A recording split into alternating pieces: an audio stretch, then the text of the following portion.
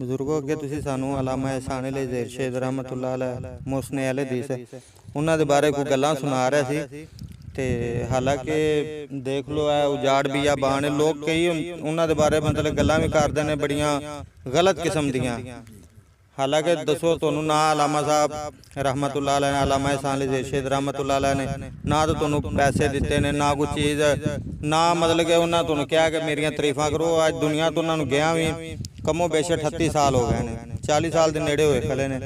ठीक है अज भी उन्होंने मुहब्बत जी थोड़े दिल में जिंदा है ते इहदी की वजह वो कैसे इंसान वो बहुत अच्छे इंसान सन जे वो कर्म वाले टुर गए ने ते कोई अवाम दा हक नहीं सोच रहे खिलाफ दुनिया जा रही है अपने पेट नूं पिट्टी जा रही है। वो बेचारे इस हक च सन दीन दे खातर असी जान दियां दे दीन दी खातर असी मुसलमान भैणां भरावां नूं तय दे मुताबिक कारोबार करन दे इन्हां जालम आए बंदे केड़े आए ने उन्हां आन के उन्होंने शहीद करा के ते इन्हां जालमां ने दुया गर्क कर दिता पाकिस्तान नूं जलील कर दिता है।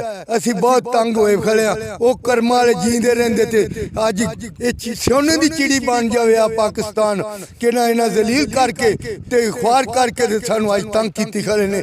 असी खान पीन तो भी तंग होए पे आ ऐसे बंदे आ गए साडे ते अल्लाह इन्हां नूं हिदायत देवे ते अल्लाह इन्हां नूं नेक करे चलते अलामा ehsan अली ज़ीर दी बात ही लग जान ते सानू खुशी हो जावे। अच्छा अलामा ehsan अली ज़ेरशेद रहमतुल्लाह अलैह जिहड़े सन वो मतलब कि ਜਦੋਂ ਦੇ ਸ਼ਹੀਦ ਹੋਏ ਉਹਨਾਂ ਦੇ ਦੌਰ ਦੇ ਵਿੱਚ ਤਾਂ ਮਸਲਕ ਦਾ ਬਹੁਤ ਜ਼ਿਆਦਾ ਕੰਮ ਹੋਇਆ। ਉਸ ਤੋਂ ਬਾਅਦ ਕਿੰਨਾ ਕੋ ਕੰਮ ਹੋ ਗਿਆ? ਉਦੋਂ ਬਾਅਦ ਤੇ ਕੋਈ ਵੀ ਨਹੀਂ ਹੋ ਰਿਹਾ ਜੀ। ਹੁਣ ਤਾਂ ਬਸ ਆਪਣੇ ਢਿੱਡਾਂ ਨੂੰ ਪਿੱਟੀ ਜਾ ਰਹੇ ਨੇ ਜ਼ਾਲਮ आ रहे ने केड़ा भी आंदा ते खाली लावन दी करदा है और कोई भी नहीं सोचदा भी अलामा ehsan लाई क्यों पिट रहा है इस दीन दी खातर।